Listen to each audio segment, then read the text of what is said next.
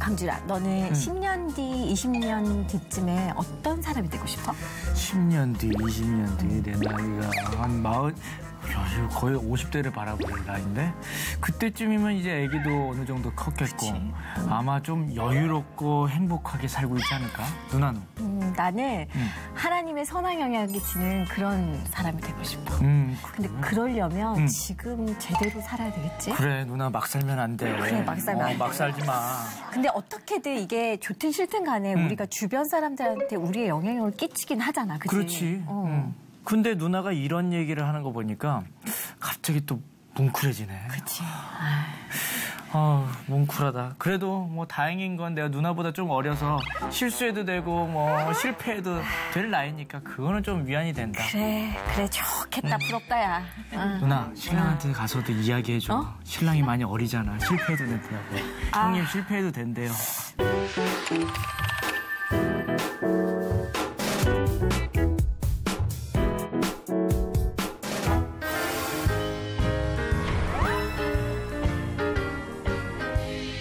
아니 우리가 살다 보면 그 내 기억 속에 남는 특별한 장소가 다 하나씩 있잖아요.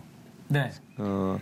나는 정말 이 장소는 평생 잊을 수 없는 기억에 남는 장소가 있다면 어디를 꼽아요? 저는 기억에 남는 장소, 그 아버지 그 회사에 어릴 적에 정말 많이 갔거든요. 그 회사 지하실. 지하실. 아니 같이 있었던 건 아니고요.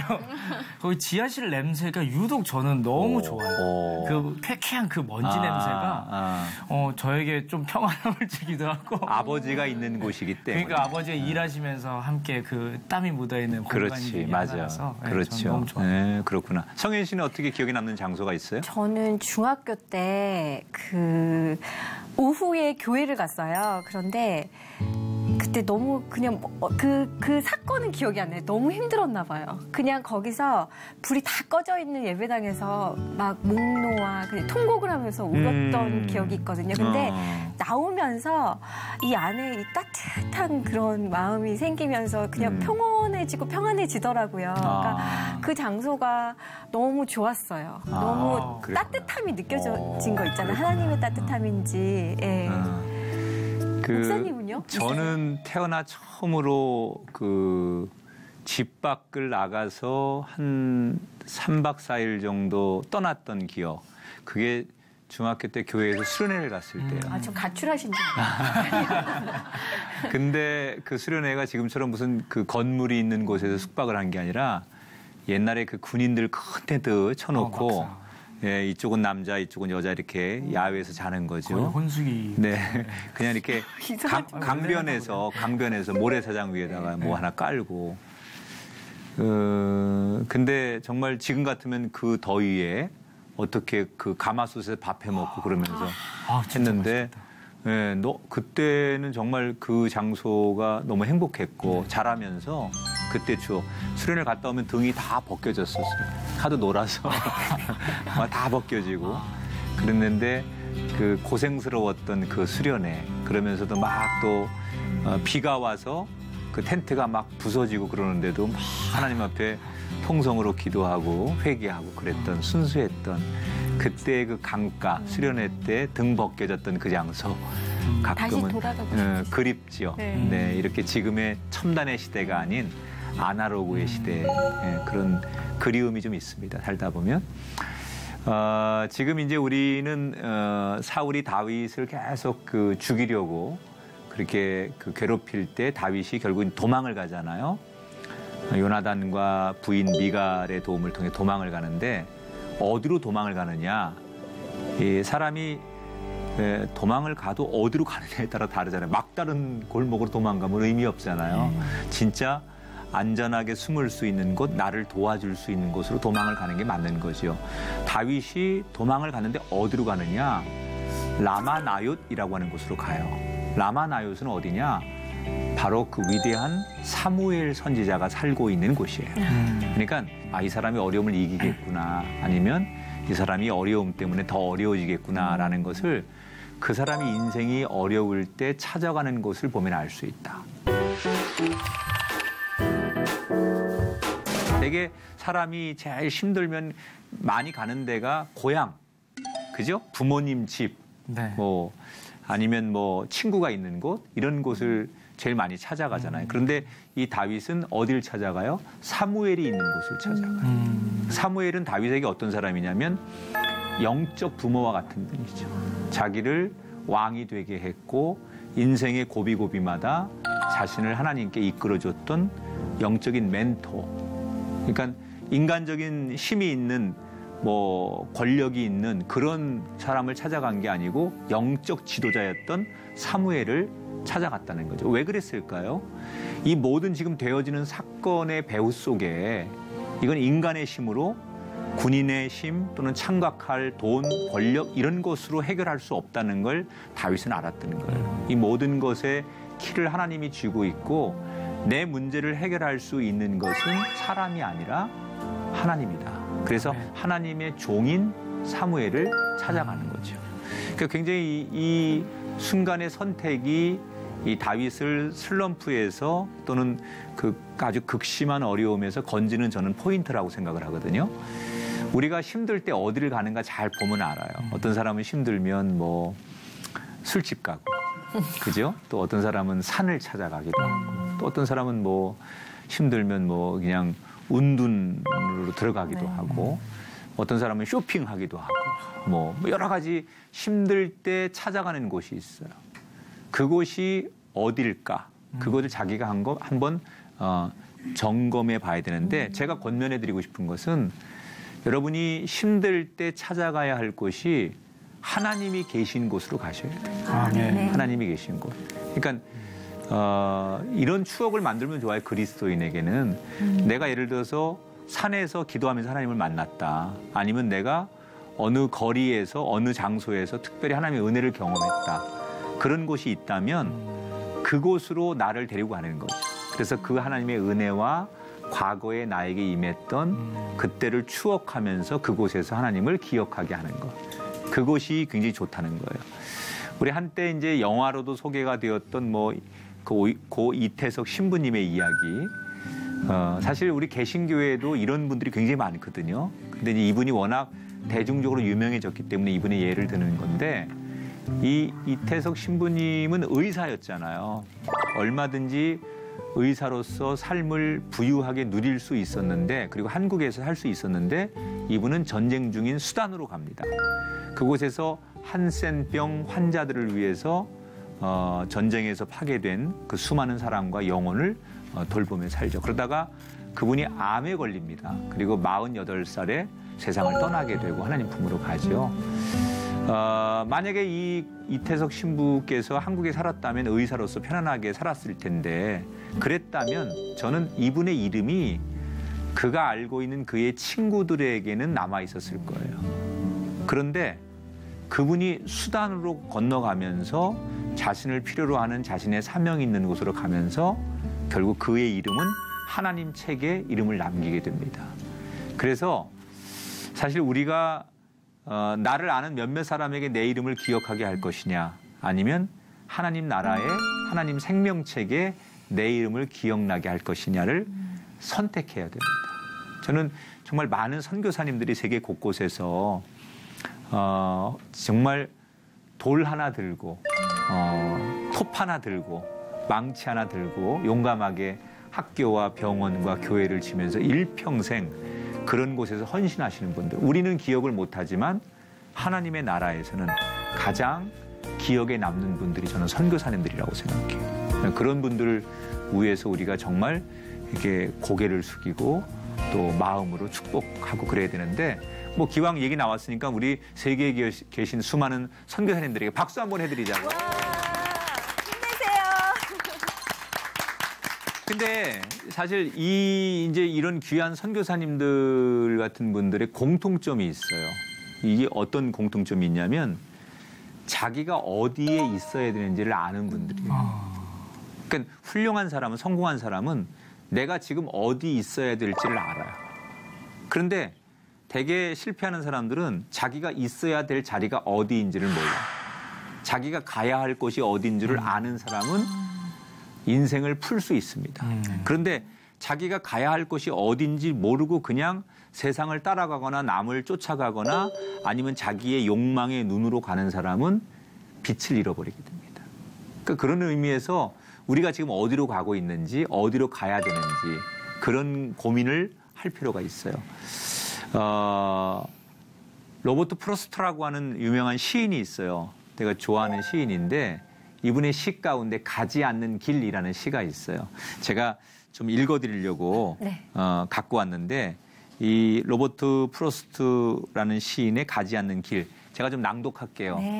가지 않는 길. 노란 숲속의 길이 두 갈래로 났습니다. 나는 두 길을 다 가지 못하는 것을 안타깝게 생각하면서 그리고 아름다운 다른 길을 택했습니다. 그 길에는 풀이 더 있고 사람이 걸은 자취가 적어 아마 더 걸어야 될 길이라고 나는 생각했던 게지요. 그 길을 걸음으로 그 길도 거의 같아질 것이지만 그날 아침 두 길에는 낙엽을 밟은 자취는 없었습니다. 아, 나는 다음 날을 위하여 한 길은 남겨두었습니다. 길은 길에 연하여 끝이 없으므로 내가 다시 돌아올 것을 의심하면서 훗날에 나는 어디선가 한숨을 쉬며 이야기할 것입니다. 숲속에 두 갈래 길이 있었다고, 나는 사람이 적게 간 길을 택하였다고, 그리고 그것 때문에 내 모든 것이 달라졌다고. 그러니까 이 시인은 인생의 두 길 중에 한 길을 선택해야 할 때 자기가 두 길을 다 갈 수 있다고 생각했지만 실제로는 자기는 한 길만 선택했다는 거예요. 그리고 그 선택 때문에 내 인생이 달라졌다는 거예요. 그러니까 우리는 어디로 갈 것인가, 그리고 어느 길로 갈 것인가, 이 선택이 우리 인생을 결정합니다. 그 다윗은 지금 두 갈래 길 중에 어느 길을 선택한 거예요? 하나님이 계신 곳을 선택한 거예요. 사무엘의 엄마 한나도 그랬잖아요. 자녀가 없어서요. 멸시받습니다. 너 뭐 아기도 못 낳는 여자가 무슨 기도해서 뭐 해?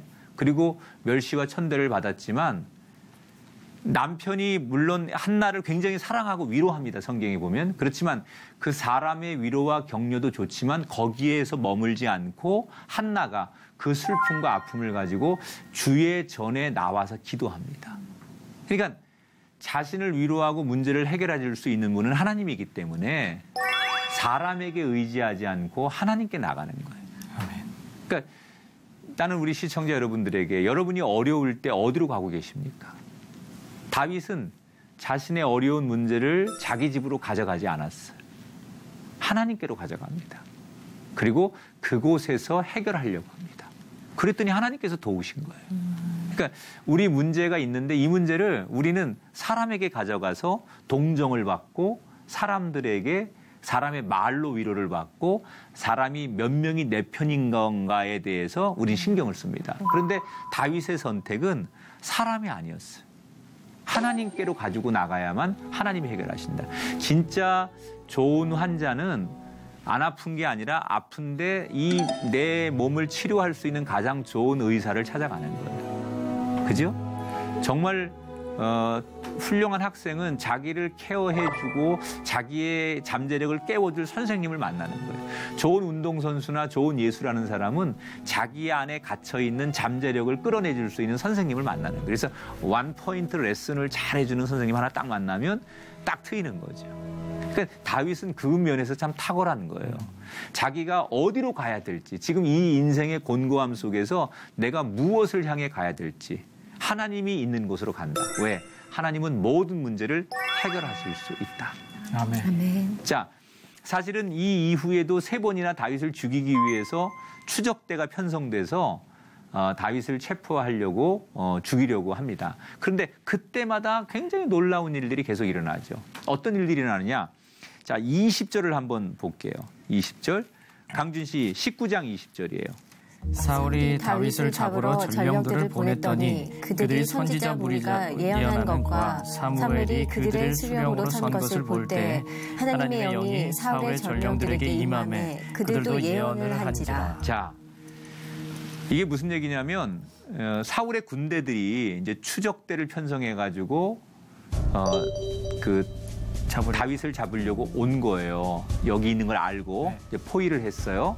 그런데 막상 가보니까 그 시간이 예배하는 시간이었다는 거예요. 예배 중이더라는 거야. 잡으려고 하는데.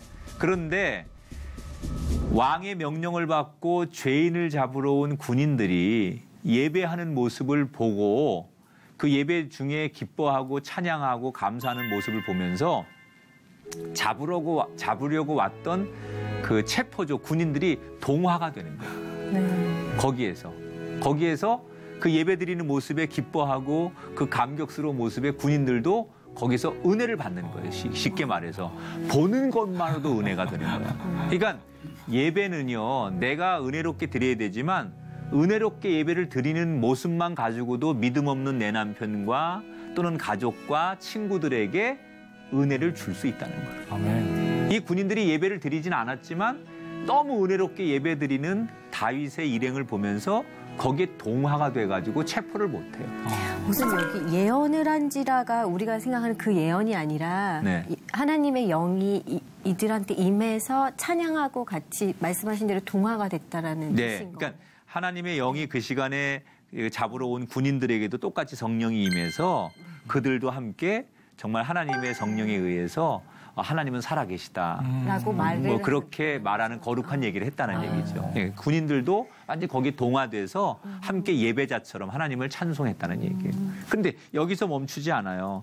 그다음 21절로 넘어가면요. 어떤 사람들이 그것을 사울에게 알림해 사울이 다른 전령들을 보냈다. 그러니까 먼저 잡으러 간 군인들이 뭐 가서 그 짓 하고 있다니까 일렀어 왕한테. 그 왕이 이 자식들 말이야. 그래서 야, 저 더 강한 해병대, 특수부대 다 동원해. 그래가지고 걔들을 또 보냈어. 그런데 그들도 예언을 했으므로 사울이 세 번째 다시 전령들을 보냈더니 뭐라고요? 그들도 예언을 했다. 두 번째 체포조 보냈는데 그들도 1차 체포조처럼 가가지고 뭐 성령에 감동돼가지고 성령 춤추고 뭐 찬양하고 주님을 하나님을 노래하고 그랬다는 거예요. 그래서 세 번째 조를 또 보냈는데 그 세 번째 조도 예배에 감화돼가지고 가서 하나님을 하나님은 살아계십니다 이러고 거룩한 얘기를 했다는 얘기예요. 여러분 보세요. 놀랍지 않아요? 군인들은 굉장히 멘탈이 강한 사람들이에요. 그리고 왕이 무슨 명령을 내렸을까요? 죽여라. 그러니까 사리와 악의를 가지고 다윗을 체포하러 가는 거예요. 그런데 그 완악한 마음과 제일 무시무시한 그 동기를 가지고 가는 사람들조차도 성도들이 예배하는 모습 앞에 눈 녹듯이 그 완악한 마음이 감화되더라고요.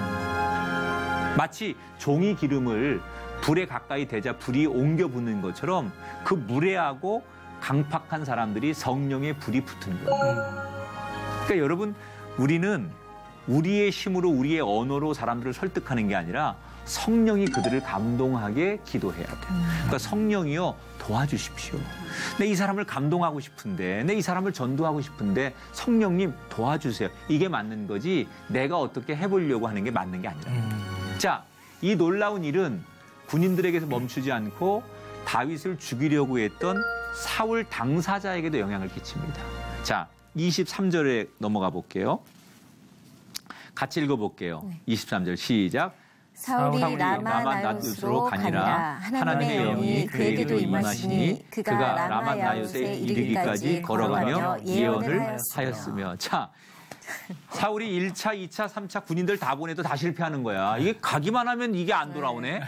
가기만 하면 이게 완전히 이상한 소리가 들리네. 그러니까 사울이 안 되겠다. 직접 자기가 칼을 차고 군인들을 들고 자기가 직접 가는 거예요. 그런데 가는 도중에 성령님이 가는 도중에 사울을 감동해요. 그래서 사울도 이 사무엘이 있는 교회에 가서 감화가 되어서 잡으러 갔다가 오히려 같이 그 어린아이처럼 마치 전혀 지금 사울이 다윗을 미워한 적이 없는 것처럼 너무 해맑은 영혼이 돼가지고 그 사무엘이 있는 교회에 가서 함께 예언을 하고 찬양을 하고 노래를 했다는 얘기예요. 여러분, 하나님은 악의와 살이가 가득했던 사울의 이 무리들의 마음을 바꿔주셨어요. 결국 6번이나 다윗을 죽이려고 했지만 그 강팍한 사울마저도 하나님께서 변화시켜 주셨어요. 저는 이 은혜가 우리에게 있어야 된다. 아멘. 우리 앞에 불편한 사람들, 또 우리가 정말 때로는 경쟁해야 되는 사람들, 이런 사람들에게 우리가 어떻게 하는 것이 아니라 성령께서 그들의 마음을 어루만져 주셔서 그들이 변화되기를 기대하는 그런 신앙인이 되자. 자, 여기서 재밌는 것은 이 놀라운 역사에 사용된 게 뭐예요? 예배하던 사무엘의 교회입니다. 지금 뭐가 사용된 거예요? 교회가 사용된 거예요. 교회에서 기뻐 찬양하고 살아가는 성도들의 모습을 보자 악의가 가득했던 사람들의 마음이 변화되고 감동을 받았어요. 여러분, 예배는 나만 좋으면 되는 게 아니에요. 내가 지난주에 그런 설교했는데 사람은 뭐 그 링컨이 그런 얘기 했잖아요. 40이 되면 자기 얼굴에 책임을 져라. 그런데 그리스도인은 구원받은 사람은 자기 얼굴에 책임을 져요. 구원받은 사람의, 은혜 받은 사람의 얼굴이 누가 이렇게 보면서 어유 형제님 저 이렇게 오늘 뭐 아주 살기가 가득하시네 얼굴에. 어쩌면 이렇게 분노가 가득한 얼굴을 하고 계세요 자매님. 뭐 이러면 이건 자기 얼굴에 책임을 못 지는 거예요. 내가 교회에서 예배를 드리고 하나님을 만난 사람이면 그 얼굴이 기쁨이 충만하시네요. 왜 이렇게 평안해 보이세요? 이런 얼굴이 돼야지. 왜 이렇게 정말 분노가 가득하시고 마치 김정은 얼굴 같아요. 뭐 이런 얘기 들으면 굉장히 사실 그 불행한 얘기죠. 그러니까 예배라는 것은 나만 기뻐야 되는 것이 아니라 내 주변의 사람들을 함께 기쁘게 만드는 게 진정한 예배라는 거예요. 아멘. 저는 여러분이 그런 예배자가 되길 바랍니다. 아멘. 혹 때로는 가족 중에 함께 예배를 하지 않지만 예배를 갔다 온 내 모습을 보면서 예배를 드리는 내 모습을 지켜보면서 그들이 감화되게 만드는 거, 그것이 진정한 살아있는 예배라는 거예요. 저는 이 다윗과 사무엘이 어떤 예배를 드렸는지 너무 궁금해요. 어떻게 예배를 드렸길래 그 군인들이 사울까지도 정말 그 예배를 드리는 모습을 보면서 감동하고 감화하셨을까. 그래서 하나님께서 다윗을 다시 한번 살려주시는 거예요. 저는 우리 모두에게 그때 임했던 성령의 감동, 그래서 우리가 다시 한번 돌이킬 수 있는 은혜가 우리에게도 있게 되기를 축복합니다. 그러니까 사실은 예배의 제일 중요한 요소가 찬양하고 기도하고 말씀이잖아요. 그러니까 우리가 찬송을 부를 때, 기도할 때, 또는 이 말씀을 들을 때 그런 정말 그 사무엘의 교회가 그 완악한 군인들마저도 변화시켰던 감동의 예배였던 것을 상상하면서 그런 예배를 이번 주에도 한번 드려보자. 그런 교회가 한번 돼보자. 아멘. 이것이 우리의 선한 목표가 돼야 된다. 자, 오늘 저는 이 말씀을 통해서 우리가 여러 기로에 서 있잖아요. 뭐 우리들도 네, 지금 돌아가면 다음 주에 당장 어떤 거를 선택해야 되지? 그런 많은 분들이 고민을 지금 하고 계실 텐데, 그렇다면 그 가운데 우리가 이익이 되고 손해가 안 되는 길이 아니라 하나님의 길이 무엇일까? 이거를 한번 고민하면서 선택해보자. 손해가 되느냐 이익이 되느냐 이게 중요한 게 아니라 인기가 되느냐 인기가 없느냐 이 길을 선택하는 게 아니라 하나님의 길이 무엇일까? 하나님이 있는 곳이 어딜까? 이걸 한번 선택해보자. 지금 아마 뭘 선택해야 될지 기로에 서 있는 분들이 있다면 하나님이 계신 곳, 그 길을 선택하셔서 여러분이 그 길로 걸어가는 그런 한 주간이 되셨으면 좋겠습니다. 자, 오늘 말씀 정리하면서 각각 오늘 말씀에 대한 소감 한마디씩 하고 오늘 강의 마칠까 합니다. 습관이 중요한 것 같아요. 네. 그러니까 목사님께서 말씀하셨듯이 가장 기분 좋을 때는 상관이 없는데 가장 힘들 때 무엇을 하느냐가 가장 중요한 건데, 저 같은 경우에는 가장 힘들 때 몸에 안 좋은 음식을 먼저 먹거든요. 과자? 아니요, 요즘에는 피자를 그렇게 많이 먹습니다. 힘들 때. 먹고 싶다. 콜라랑. 그리고 또 가장 힘들 때는 그냥 저 혼자 방에 있어요. 그러다 보니까 더 안 좋은 생각들이 많이 가득하거든요. 이제부터는 조금 더 제 몸에 좋은 음식들을 많이 먹고 그다음에 기도하는 습관들을 더 많이 들여야 될 것 같아요. 이제 어려우면 어려울수록 하나님을 더 많이 찾아야 제 속에서 더 긍정적인 에너지가 많이 나올 것 같아서 오늘부로 더욱더 긍정적으로 좋습니다. 하나님께 기도하고. 네. 성현 씨, 오늘. 저는 이제 다윗의 얘기를 들으면서 어떤 위기가 오더라도 하나님이 함께 하시며 나를 또 보호해 주시고 이끌어 주시겠구나 이런 믿음이 생겼어요. 그래서 이번 한 주는 하나님과 동행하는 그런 한 주가 되도록 노력하겠습니다. 아멘. 네. 네. 오늘 말씀 총정리하면서 이런 생각합니다. 하나님은 우리에게 기회를 주신다. 그 정말 막다른 골목에 있었던 그 다윗에게 하나님께서 정말 피할 길을 주시잖아요. 우리가 생각지 않았던 피할 길을 주시는 하나님, 여러분의 인생에도 하나님께서 기회를 주시는 그런 한 주간이 될 줄 믿습니다. 인바이블 오늘 강의는 여기서 마치고요. 다음 시간 다시 찾아뵙겠습니다. 여러분에게 놀라운 기회가 임하는 한 주간 되기를 응원합니다. 고맙습니다. 감사합니다. 감사합니다. 감사합니다.